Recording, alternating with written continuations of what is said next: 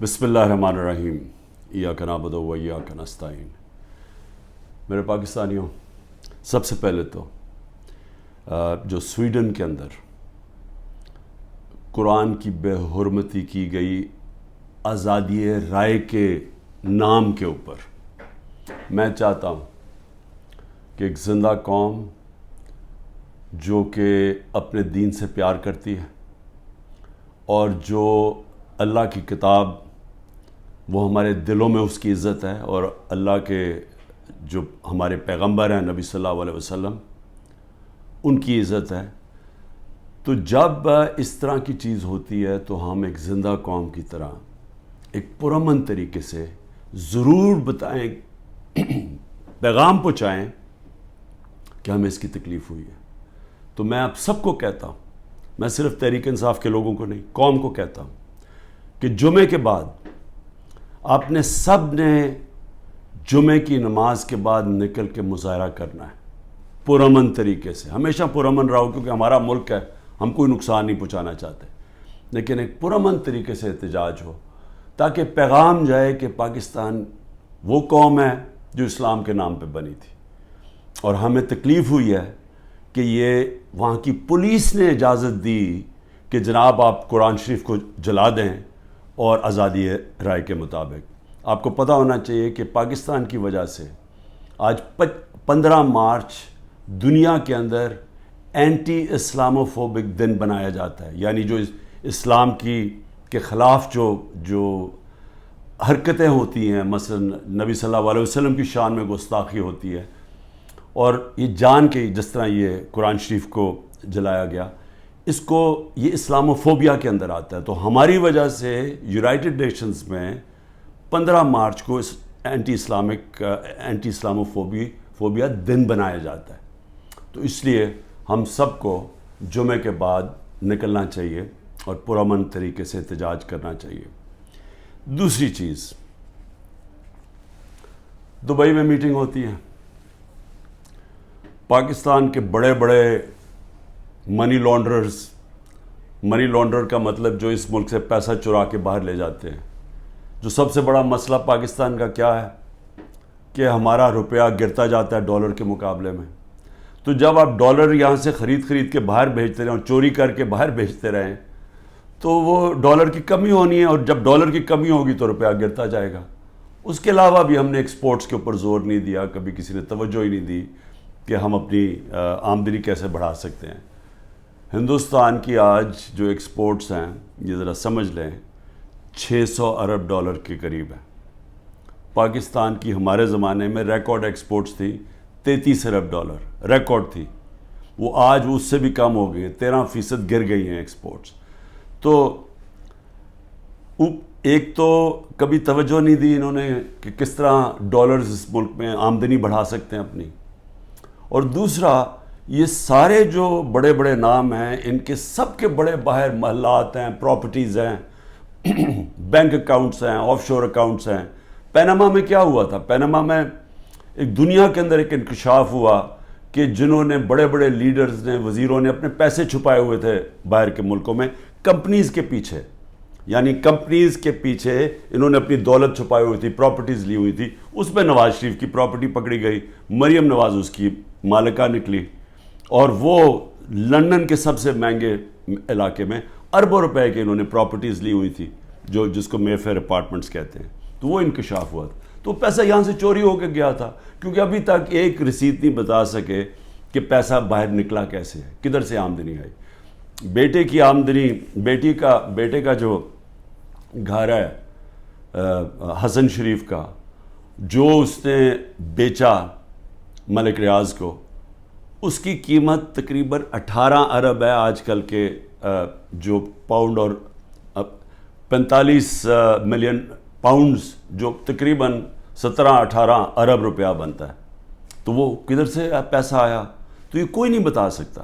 بیٹے یہاں سے باہر بھاگ گئے کیونکہ وہ بتا نہیں سکتے تھے۔ اسی طرح جو سرے محل آصف زرداری نے خریدا وہ بھی یہاں سے پیسہ باہر گیا، حدیبہ پیپر مل وہ بھی پیسہ باہر، تو یہ سب اکٹھے ہو گئے، اور سارے اکٹھے ہو کے بندر بانٹ پاکستان کیا کہ اچھا سندھ اس کو دے دیں گے، کراچی فلانے کو دے دیں گے، سینٹرل پنجاب کوئی اور آ جائے گا، پھر نئی پارٹی جو بنی ہے اس کو بھی کوئی سیٹیں مل جائیں گی، فضل الرحمان کو ادھر پختونخوا میں دے دیں گے، اور یہ بس یہ کھچڑی پک جائے گی۔ تو یہ ساری بندر بانٹ دبئی کے اندر ہو رہی تھی کہ جس طرح کہ کوئی سودا نہیں ہو رہا ہوتا کسی کے اوپر، یہ سودا ہو رہا تھا پاکستان کا، اور کس طرح جو سب سے بڑی پارٹی ہے خوف زدہ ہے کہ اس کو کیسے باہر رکھنا ہے، جس میں عمران خان کی ان کو گنہونے خواب آتے ہیں کہ یہ پتہ نہیں کہ واپس نہ آ جائے، تو اس کو کیسے جیل میں ڈالنا ہے۔ تو میں نے جو آج آپ کے سامنے یہ چیز رکھنا چاہتا ہوں کہ کون سے کیسز ہیں، ذرا آپ سمجھ لیں، کیونکہ میں تیار ہوں، انہوں نے ہو سکتا ہے کل پتہ نہیں میری 17-18 بیلیں ہیں، ایک بیل کینسل ہوگی جیل میں چلا جاؤں گا کل، نہیں تو اس کے بعد پھر عدالت میں میرا چکر ہے، اس کے بعد 2 دنوں کے بعد پھر ہوں گا، تو کسی ٹائم پہ بھی انہوں نے پلان بنائے ہوئے مجھے جیل میں ڈالنے کا۔ تو میں یہ چاہتا ہوں کہ پہلے آپ سمجھ جائیں کہ یہ کون سے کیسز ہیں، جن کیسز کے اندر میں صرف آپ کو 7 کیسز بتاتا ہوں جنہوں میں یہ جیل میں مجھے ڈالنے کی کوشش کر رہے ہیں، تاکہ آپ سب کو پتہ چل جائے۔ اور وہ میں اس لیے چاہتا ہوں کیونکہ میڈیا تو سارا کنٹرولڈ ہے، تو انہوں نے تو وہ ایک دم میڈیا میں پکڑنا ہے اور شور مچا دینا ہے کہ جی عمران کی چوری پکڑی گئی، تو یا چوری پکڑی گئی، یا یہ ایک قتل جو جیسے میں شروع کرتا ہوں کہ اس نے قتل کر دیا کسی وکیل کو۔ تو میں چاہتا ہوں کہ وہ 7 کیسز پہلے آپ سمجھ لیں، تاکہ آپ کو سمجھ آ جائے کہ ایک طرف اربوں روپے کے یہ منی لانڈررز کے اوپر کیسز ہیں، شہباز شریف کے اوپر 24 ارب روپے کی کرپشن کیس میں جس کا انڈر ٹرائل تھا، جب جنرل باجوہ نے بچا کے تو اس کو وزیر اعظم بنا دیا۔ اس کے علاوہ جو نواز شریف کی ابھی تک کوئی نہیں بتا سکا، وہ جو اس کی مے فیئر کی اپارٹمنٹس، بیٹوں کے پاس پیسہ، اور یہ تو سامنے ہے، باقیوں کا تو ہمیں پتہ ہی نہیں ہے کہ کتنی ان کی باہر پراپرٹیز ہیں۔ اسی طرح زرداری کا ہے، اس کی بھی ساری باہر ان کی پراپرٹیز پڑی ہیں۔ تو ایک تو یہاں سے پیسہ چوری کر کے باہر لے جانے کے الزام ہے۔ اب دوسری دفعہ دیکھیں کہ میرے اوپر 170 سے زیادہ کیسز ہیں، لیکن وہ کیسز ہیں کیا؟ تو میں پہلے شروع کرتا ہوں کوئٹہ کا کیس۔ قتل ہوتا ہے ایک وکیل کا 6 جون کو 10:30 بجے صبح۔ اب وہ یہ سمجھیں کہ مجھے اس کیس کا پتہ ہی نہیں ہے، یہ کوئی کسی وکیل نے میرے اوپر کیس کیا ہوتا ہے کوئی غداری کا، وہ یعنی اس کا کوئی مجھے نوٹس ہی نہیں آیا، مجھے پتہ ہی نہیں اس کیس کا۔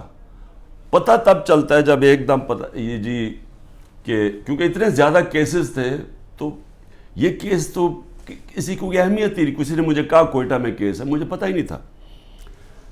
تو اس وکیل کا قتل ہوتا ہے 10:30 بجے، 11:30 بجے پولیس میں رپورٹ ہوتا ہے۔ 2:22 میں شہباز شریف کا جو مشیر ہوتا ہے وہ سٹیٹمنٹ دیتا ہے کہ عمران خان نے اس وکیل کو قتل کیا۔ اب یہ سمجھیں کہ صرف قتل میں 10:30 سے اور 2 بجے کے اندر وہ فیصلہ کر لیتے ہیں کہ عمران خان نے قتل کیا۔ اس کے بعد کیا ہوتا ہے؟ اس کے بیٹے کو اٹھا کے لے جاتی ہے پولیس۔ اس بیٹے کو 12 گھنٹے سے زیادہ پولیس اپنے پاس رکھتی ہے۔ وہ اگلے دن جا کے اگلے دن کی دوپہر کو وہ کہتا ہے کہ جی عمران خان اس قتل میں ملوث تھا۔ لیکن پھر کیا ہوتا ہے؟ اس کی جو بیوی ہوتی ہے، وہ جو دوسری بیوی ہوتی ہے، وہ کہتی ہے کہ فیملی کے لوگوں نے قتل کیا اس کو۔ وہ ویڈیو اپنی جاری کرتی ہے کہ فیملی کے لوگوں نے قتل کیا۔ اور پھر دیکھیں، سارے کوئٹوں کو پتہ ہے کہ ان کی وہ وکیل کی دشمنیاں تھیں، سب کو پتہ ہے ان کی آپس میں دشمنیاں تھیں۔ اسی وکیل نے جا کے ہائی کورٹ کو کہا کہ مجھے سبی میں نہ کیسز مجھے دو، کیونکہ میری وہاں جان کو خطرہ ہے، میری دشمنی ہے۔ اور پھر یہ دیکھیں، یہ ذرا آپ غور سے یہ دیکھ لیں، یہ اس کو بڑے قریب سے دیکھ لیں، اور اس کے اندر یہ مظاہرے کیا کر رہے ہیں۔ ان کا قتل ہوتا ہے، اور یہ قتل میں کہتے ہیں کہ یہ قتل اس وکیل نے اس کے وکیل کی طرف سے یا انہوں نے کیا، اس کا نام لکھا ہوا ہے کہ وہ اس قتل میں ملوث تھا۔ تو جب ایک فیملی دشمنی بھی ہوتی ہے، اس سے پہلے ہی وہ پرائم منسٹر کا مشیر کہتا ہے کہ جی عمران خان نے قتل کر دیا، ابھی تفتیش بھی نہیں ہوتی۔ اور مجھے افسوس سے کہنا پڑتا ہے کہ وہاں ہماری سنا بھی نہیں گیا کوئٹہ ہائی کورٹ میں. خیر وہ اور وجوہات ہیں, اس کی بھی ہمیں وجہ پتہ ہے پیچھے کیا ہے. تو یہ آپ ذرا سنیں. اس کے بعد یہ پہلی دفعہ میرے نام پہ قتل نہیں کیا نام ڈالا جاتا. زبیر نیازی, وہ لطیف کھوسا کے گھر باہر گولیاں چلتی ہیں. زبیر نیازی جو کہ ہمارا لاہور کا سیکرٹری جنرل ہے, اس کے نام پہ وہ آ جاتے جی اس نے گولیاں چلائی ہیں. اور وہ گولیاں کسی آدمی کو کھڑا کرتے ہیں جو کہتا ہے جی مجھے زبیر نیازی نے کوئی پیسے دینے تھے گولیاں چلانے کے لیے. اب لطیف کھوسا ہمارے ساتھ ملٹری کورٹس کے خلاف کیسز کر رہے ہیں, تو وہ کیوں گولیاں چلائے گا اس کے گھر, جو کہ وہی کیس کر رہے ہیں جو ہم کر رہے ہیں سپریم کورٹ میں. اور پھر ذل شاہ کا جب قتل ہوتا ہے, ذل شاہ کا جب قتل ہوتا ہے, سب سے پہلے 302 میرے اوپر قتل کا چارج لگا دیتے ہیں. 3 دن تک وہ میرے اوپر 302 لگاتے ہیں قتل کا چارج. پھر کیا ہوتا ہے, اس کا پوسٹ مارٹم ہو جاتا ہے. پوسٹ مارٹم میں پتہ چلتا ہے 26 جگہ اس کے اوپر تشدد ہوا ہوتا ہے. تو اب ظاہر ہے وہ یہ تو نہیں کہہ سکتے تھے کہ عمران خان نے اس کو تشدد کروا کے اپنے کارکن کو مار دیا, تو انہوں نے پھر ایکسیڈنٹ اس کا ڈال دیا. ایکسیڈنٹ میں بھی کہا کہ عمران خان اس کے اندر کوئی اس نے انفارمیشن چھپائی ہے, میرا پھر نام ڈال دیا. میں صرف یہ کہہ رہا ہوں کہ پہلے تو یہ سمجھ جائیں کہ یہ ہے آج کا پاکستان, کہ یہاں کوئی ان کو شرم نہیں آتی اس طرح جھوٹ بولتے ہوئے, اس طرح کے کیسز بناتے ہوئے. ان کو کوئی شرم نہیں ہے کہ ساری قوم کو پتہ ہے کہ جھوٹ بول رہے ہیں. یعنی کون نہیں جانتا کہ یہ جو انہوں نے کیا ہے, سارا کوئٹہ کو پتہ ہے کہ یہ اس کے اندر عمران خان کا کوئی تعلق نہیں تھا. میرا تعلق 150 کیسز تھا, مجھے کیا نہیں, اور بھی کوئی وکیلوں کو میں بھرواؤں گا. اور وہ کیس جس کی اہمیت ہی نہیں تھی, سب کو پتہ ہے جھوٹ بول رہے ہیں, لیکن ان کو کوئی شرم نہیں ہے. یہ سر پیر سے اتار بیٹھے ہیں. انٹرسٹ صرف یہ ہے کہ کسی طرح عمران خان کو جیل میں ڈالنا ہے. اب میں ذرا, یہ پہلا کیس ہے, آگے چلیں. آگے کیس ہوتا ہے جی 9 مئی کا. اب 9 مئی کو کیا ہوتا ہے, یہ ذرا غور سے سنیں. 9 مئی کو ہوتا کیا ہے, جو مظلوم ہوتا ہے یعنی جس پہ ظلم ہوتا ہے, اسی کے اوپر اس کو مجھے جب اندر جیل میں ڈالتے ہیں تو میرے اوپر کیسز کی بارش ہو جاتی ہے. 9 مئی کے بعد میرے اوپر کوئی 25 کیس ہو گئے ہیں. جدھر بھی کیس ہوتا ہے کہتے جی عمران خان کی ایمان, میرے کہنے پہ یہ ہوا ہے. کہیں کسی نے کچھ کیا ہو یا جو بھی کسی کے اوپر الزام لگایا ہو 9 مئی کے بعد عمران خان کے کہنے پہ ہوا. عمران خان جیل میں بند تھا, اور جو ظلم ہوا ہے وہ عمران خان سے ہوا ہے. میں بیٹھا ہوا ہوں رجسٹری آفس ہائی کورٹ اسلام آباد میں, میرے پاس بیل تھی, مجھے کسی صورت وہاں کوئی پکڑ نہیں سکتا تھا. صرف پولیس نہیں آئی, رینجرز کمانڈوز آئے مجھے اٹھانے کے لیے. ساری دنیا میں کیا امیج گیا, شیشے توڑ کے, لوگوں کو ڈنڈے مار کے, وکیلوں کو زخمی کیا. وہاں کے بیچارے جو کام کر رہے تھے رجسٹری آفس, ان کو ڈنڈے پڑے, چیزیں توڑ دی انہوں نے, اور ایک دہشت گرد کی طرح مجھے پکڑ کے لے کے گئے. میرے اوپر سر پہ لگا, پیچھے میرے خون نکل رہا. کوئی شرم نہیں آئی, کسی نے ابھی تک بات نہیں کی کہ یہ بتائیں کہ کس قانون کے تحت انہوں نے پکڑا تھا مجھے. اسلام آباد کے ہائی کورٹ کے چیف جسٹس نے کہا کہ یہ اس کے اوپر ایف آئی آر کٹنی چاہیے. وہ اور بات ہے کہ وہ نہیں کٹی. سپریم کورٹ میں جب وہ کیس گیا, سپریم کورٹ نے اس کو غیر قانونی قرار دیا. اب میں سوال پوچھتا کہ کوئی جواب دینے والا ہے. بڑا شور مچا, آئی ایس پی آر صاحب نے کہا کہ جی بڑا توہین ہو گئی, فوج کی توہین ہو گئی. پہلے مجھے بتائیں کہ کسی اور کی بھی عزت ہے اس ملک میں, کہ ایک آدمی 50 سال سے دنیا مجھے جانتی ہے, کرکٹ کی وجہ سے جانتی تھی دنیا, سب کو پتہ ہے میرا, کسی اور پاکستانی کو دنیا نہیں جانتی جو آج مجھے جانتی. ساری دنیا کے اندر وہ خبریں گئی, وہ دکھایا مجھے جس طرح پکڑ کے لے کے جا رہے ہیں کہ جس طرح کوئی پتہ نہیں کوئی مجرم ہے, دہشت گرد ہے. پھر کہا جی کرپشن کیس پہ لے کے جا رہے ہیں. وہ کرپشن کیس کے اوپر بھی میں آنے لگا ہوں. اور لوگوں کو جو اس طرح ڈنڈے مارے انہوں نے, کوئی پوچھنے والا نہیں ہے, کیونکہ وہ طاقتور ہے, وہ سب کچھ کر سکتا ہے. جو مظلوم ہے, جن سے ظلم ہوا, اس کو ہی پکڑ کے اسی کے اوپر کیسز کرنے شروع کر دیے. جیل میں باندھا اور کیسز شروع ہو گئے کہ جی اس کی اماں کے اوپر یہ ہوا ہے تو اس کی وجہ سے یہ ہوا ہے. اور جی کوئی ملٹری کورٹ صاحب پتہ چلیں گے کہ جو بتائیں گے اصل میں کتنا بڑا وہ غداری کر رہا تھا عمران خان قوم کے ساتھ. میں ذرا آگے چلوں. کسی نے آج تک بات نہیں کی, اور میں یہ خاص طور پہ اپنی آج قوم کو بتانا چاہتا ہوں کہ کیوں میں آپ کو کہتا ہوں حقیقی آزادی کی یہ جہاد ہے. یہ پولیٹکس نہیں ہے, یہ جہاد ہے. ہم غلام ہیں. غلاموں کے کوئی حقوق نہیں ہوتے. جس طرح میرے کوئی حقوق نہیں تھے, میں یعنی سب سے بڑی ملک کی پارٹی کا ہیڈ, جس کو جس طرح اٹھایا انہوں نے, جو کیا, جس طرح ہم کوئی کمی ہے اس ملک کے. اب 25 لوگوں کو گولیاں لگیں, جو مرے, جو شہید ہوئے, ابھی تک 9 لوگ غائب ہیں. جو پولیس نے یا دھمکیاں دی ہیں, کچھ کیا, وہ انڈر گراؤنڈ گئے ہوئے ہیں, وہ بتا نہیں رہے, مسنگ ہیں 9 لوگ. 16 لوگ ہمارے پاس پتہ ہے جن کو گولیاں, 69 لوگوں کو گولیاں ماری اور ان کو شہید کیا گیا. فرانس کے اندر ایک لڑکے کو پولیس نے 16 سال کے لڑکے کو گولی ماری, ایک لڑکے کو. ابھی تک فرانس جل رہا ہے. 1000 سے زیادہ بلڈنگز جل گئی ہیں, گاڑیاں جل گئی ہیں. مشکل نیشنل کرائسس آ گیا ہے. معافی مانگ رہی ہے پولیس کے, جی بڑی غلطی ہوگی, اس کے خلاف ایکشن لیا جائے گا.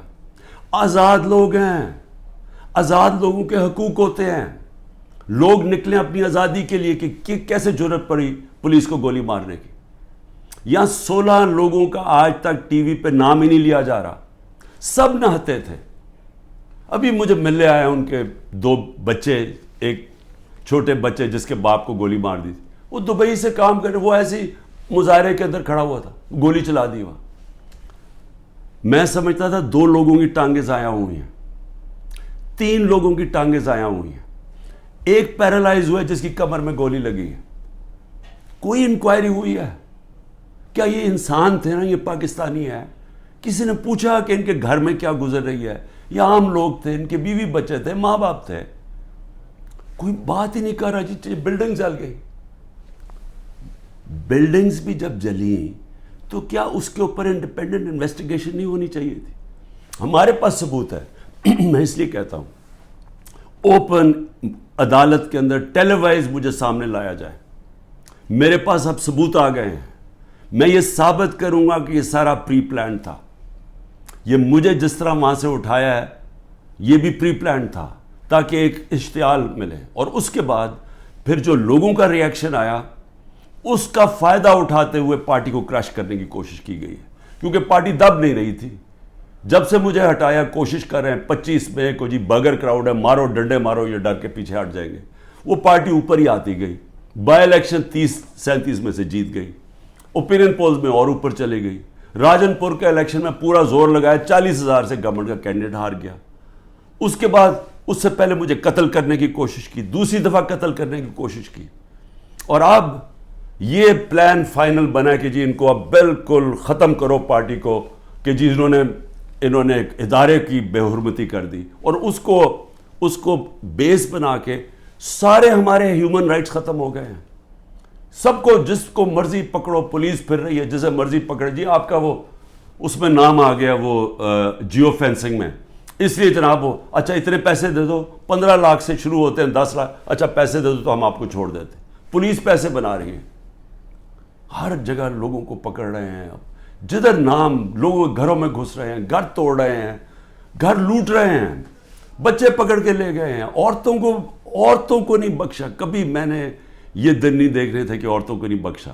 اس ملک کے اندر کبھی یہ نہیں دیکھا تھا کہ اتنا نیچے گورنمنٹ گرے گی. مجھے لوگوں نے کہا عمران صاحب آپ نے تو بڑی غلطی کی اپنی گورنمنٹس گرا کے, گورنمنٹس ڈیزالو کر کے. میں نے اپنی گورنمنٹس ڈیزالو آئین کے مطابق کی تھی.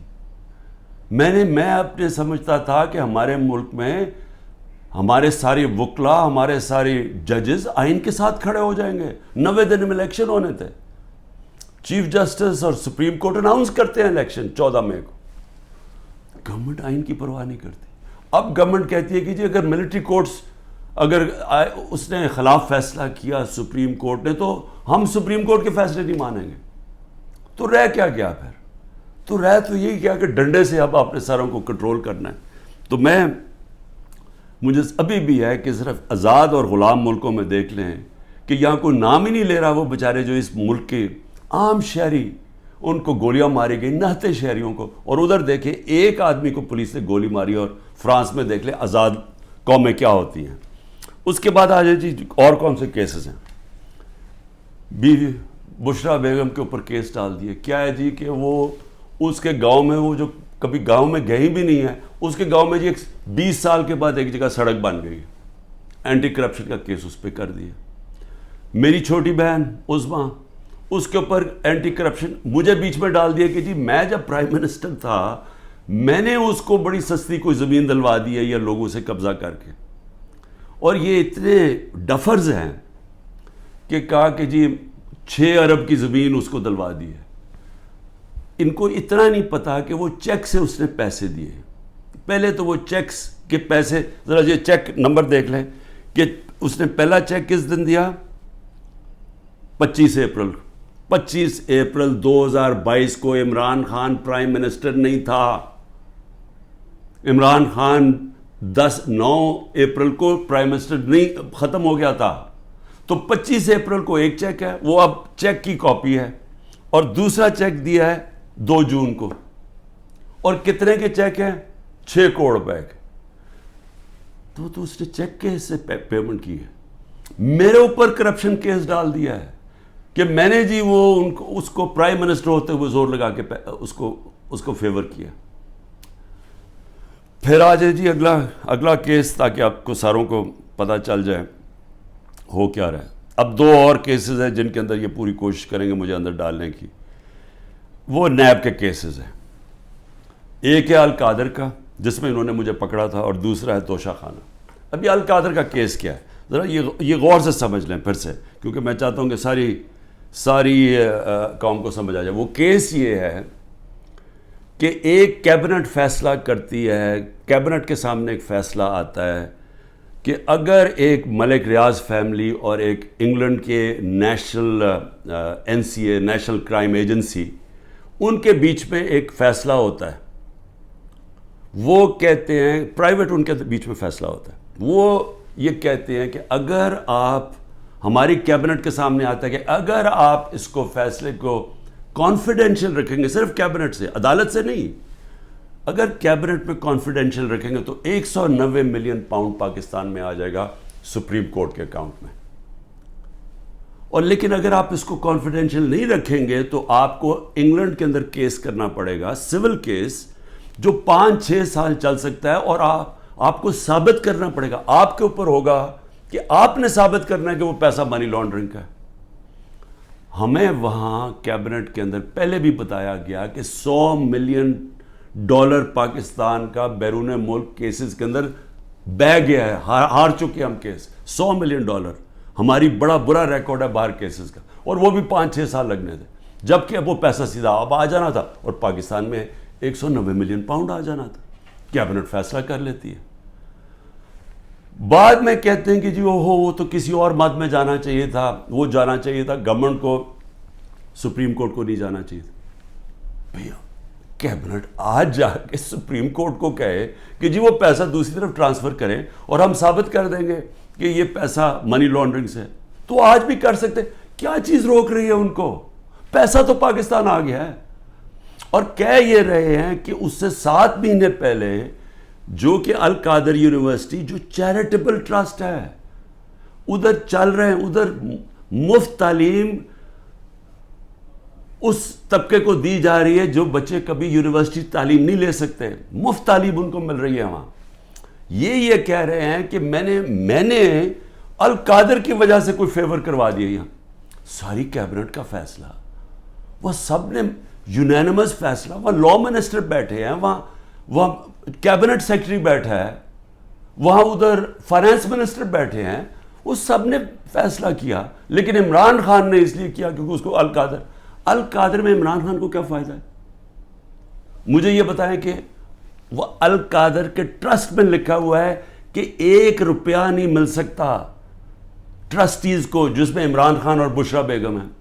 جس طرح نمل یونیورسٹی کے ہمیں کوئی پیسہ نہیں مل سکتا, جس طرح شوکت خان ہمیں نہیں مل سکتا. یہ چیریٹیبل ٹرسٹ ہے. کہہ رہے ہیں کہ میں نے اس کی وجہ سے اس کو فیور کر دیا. بھئی آپ اگر فیور کر دیا, آپ آج جا کے سپریم کورٹ میں ریٹ کر دیں کہ یہ پیسہ ادھر ٹرانسفر کر دیں. پیسہ تو پاکستان آ گیا. ایک یہ القادر ہے. دوسرا ہے جناب توشہ خانہ. توشہ خانہ کیا ہے؟ ذرا غور سے سن لیں. 70 سال سے قانون یہ ہے کہ جب گفٹس ملتی ہیں پرائم منسٹر کو, پریزیڈنٹ کو, آرمی چیف کو, منسٹرز کو, جن کو بھی جب گفٹس ملتی ہیں تو وہ کیا ہوتا ہے, وہ سیدھا توشہ خانہ میں جاتی ہیں. توشہ خانہ کے اندر اس کی ویلیو نکالی جاتی ہے. ویلیو کیسے نکالی جاتی ہے؟ وہ ایف بی آر سے علیحدہ ویلیو لیتے ہیں, اور پھر ایک اپریزر ہوتا ہے جو انڈیپینڈنٹ ہوتا ہے, اس سے علیحدہ ویلیو لیتے ہیں. وہ جو ویلیو زیادہ ہوتی ہے وہ آ کے بتاتے ہیں کہ جی آپ نے بتائیں یہ اس کی ویلیو ہے, ان کے زمانے میں 20% دے کے آپ خرید سکتے ہیں اگر آپ رکھنا چاہیں. ہم نے اس کو 20 سے 50% کر دیا کہ آپ 50% دیں, وہ گورنمنٹ کو چلی جاتی ہے اگر آپ رکھنا چاہیں. یہ ہے قانون. میں نے اسی قانون کے مطابق کئی گفٹس لی, کئی میں نے نہیں لی. مجھے یہ بتائیں کہ اس میں نے غلط کام کیا کیا ہے؟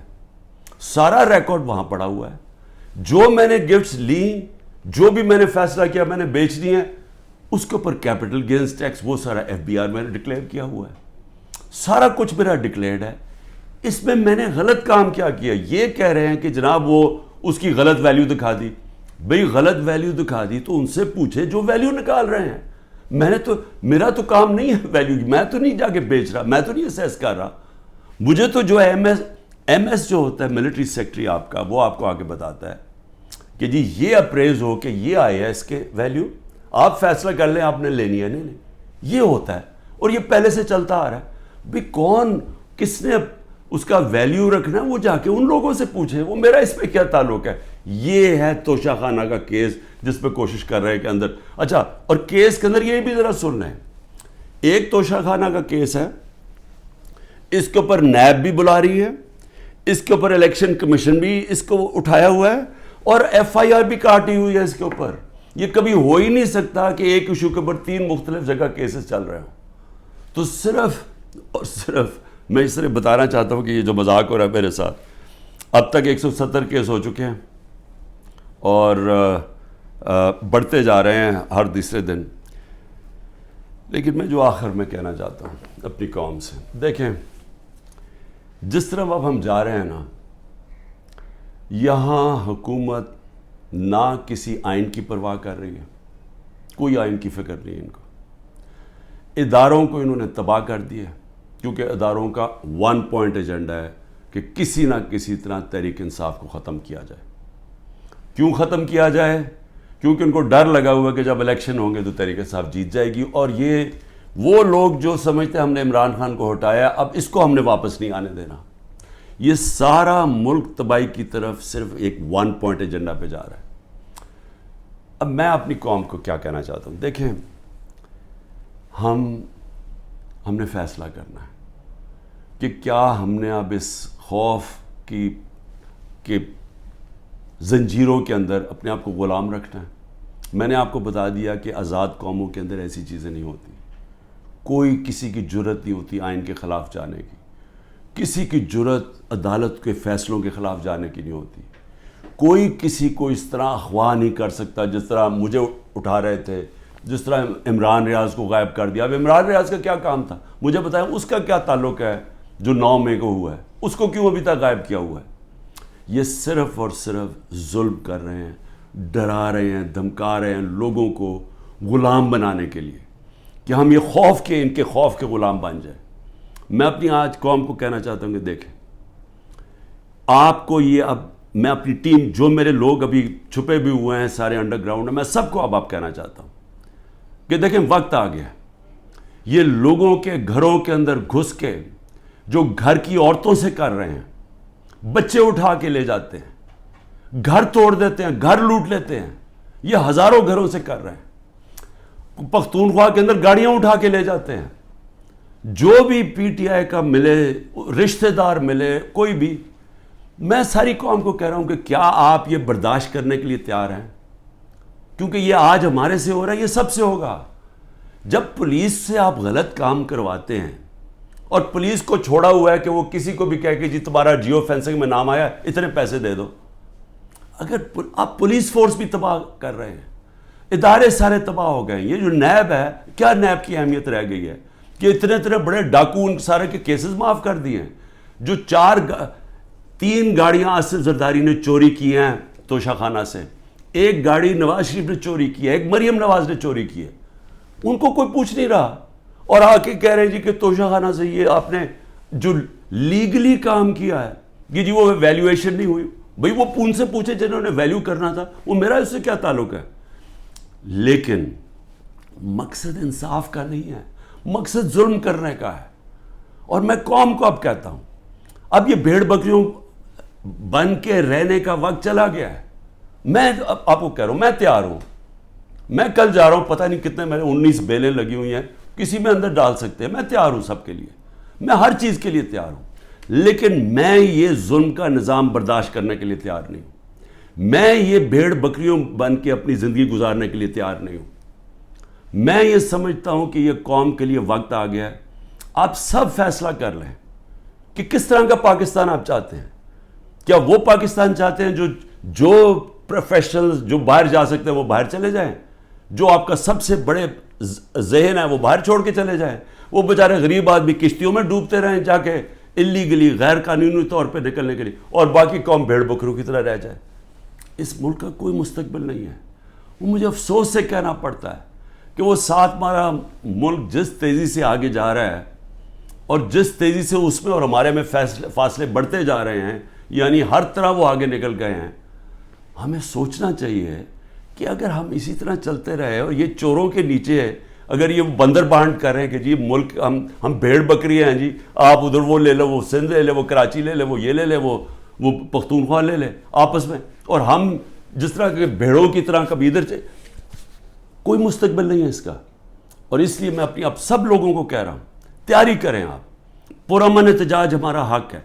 پہلے تو جمعے کو نکلے نا، جو انہوں نے کیا ہے، جو پتہ چلے کہ یہ زدہ قوم ہے، کم از کم ہماری آواز نکلنی چاہیے، اور پرامن، میں ہمیشہ کہتا ہوں پرامن رہے۔ میں نے کبھی اپنے 27 سال میں کبھی انتشار کی بات نہیں، کیونکہ یہ میرا ملک ہے، توڑ پھوڑ کریں گے میرے ملک کو نقصان ہوگا۔ میں نے ان چوروں کی طرح باہر تو نہیں ہے میری کوئی پراپرٹیز، میں نے تو نہیں باہر بھاگنا۔